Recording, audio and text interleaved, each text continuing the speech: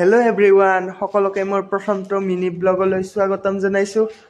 তো আজি হৈছে নৱমী পূজা। তো প্ৰথমতে সকলোকে পূজাৰ শুভেচ্ছা জনাইছোঁ। পূজা চাবলৈ বুলি এতিয়া ঘৰৰ পৰা ওলাই আহিলোঁ। তো বলক আপোনালোকেও মোৰ লগত পূজা চাবলৈ। আজি মই আহিছোঁ বিজয়নগৰৰ ওচৰতে থকা দখলা গাঁৱৰ দুৰ্গা পূজা চাবলৈ। তো বলক পূজা চাব আহোঁতে এনেকৈ মোৰ ফ্ৰেণ্ড এটা লগ পালোঁ। তো আমি দুয়োটা একেলগে এইবাৰ পূজা চাম। পূজাত আহিয়েই প্ৰথমতে দুৰ্গা মাৰ ওচৰত দৰ্শন হৈ ল'লোঁ। তো আপোনালোকৰ সকলোৱে যাতে মংগল হয় তাকে কামনা কৰিছোঁ মাৰ ওচৰত। এতিয়া আপোনালোকেও চাওক ইয়াৰে পূজা অলপ।